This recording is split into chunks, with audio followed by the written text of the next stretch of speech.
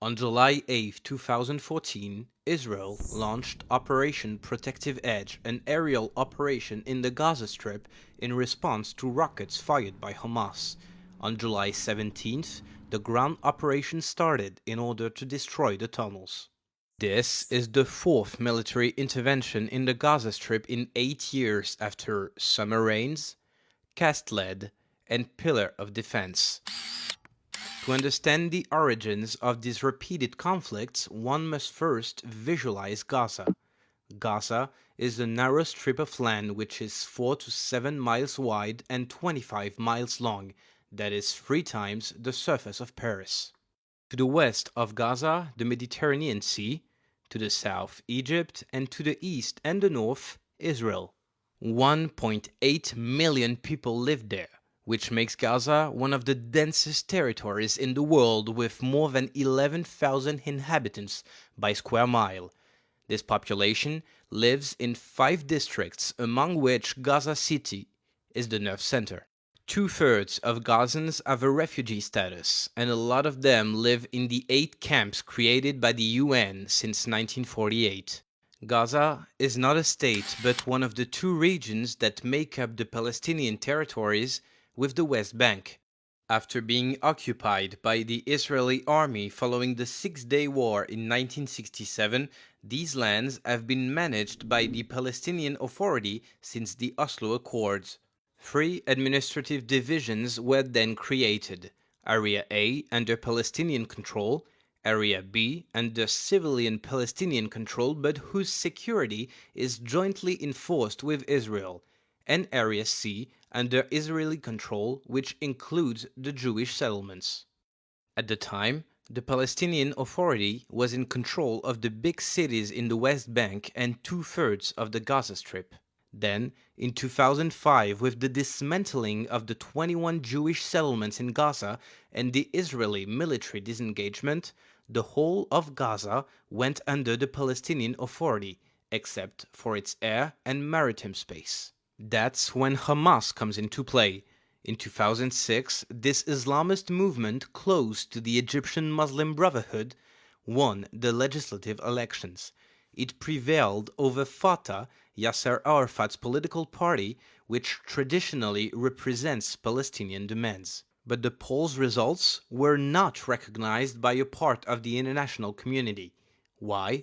Because Hamas advocates for complete destruction of the State of Israel, rejects the Oslo Accords, and wants to create a Palestinian Islamic State. Ever since their victory, the Gaza Strip has grown more and more isolated. Isolated diplomatically, as Israel stopped paying customs duties while the US and the EU stopped their financial aids. Isolated politically as well. After violent clashes between Hamas and Fatah, Hamas took over total control of the Gaza Strip in 2007. The geographical division of the Palestinian territory has now become a political and ideological one as well. On one side, the West Bank, controlled by Fatah, the party of the current president of the Palestinian Authority, Mahmoud Abbas. Abbas is a recognized interlocutor by the international community. On the other side, the Gaza Strip, controlled by Hamas, which refuses to end the armed struggle against Israel. This armed struggle consists of 2 different strategies. First, the firing of rockets, and while the targets were initially in the immediate vicinity of Gaza, the missiles can now go much further. In July 2014, they reached Jerusalem, Tel Aviv, and Haifa. Of all the rockets fired by Hamas, more than 75% have been allegedly caught by the Iron Dome defense system. Secondly, the tunnels which have been built so that Hamas combatants can easily reach Israeli territory, and the Jewish state intends to destroy them all. As a consequence of this eruption of violence, all borders with Gaza have been closed. On the Egyptian side, the Rafah border crossing, closed under Mubarak's presidency and reopened in 2011, has yet again been closed after the Egyptian military coup in 2013. The Egyptian army has destroyed the tunnel through which food, building material, and weapons were smuggled. On the Israeli side, the Gaza lockdown is even more severe.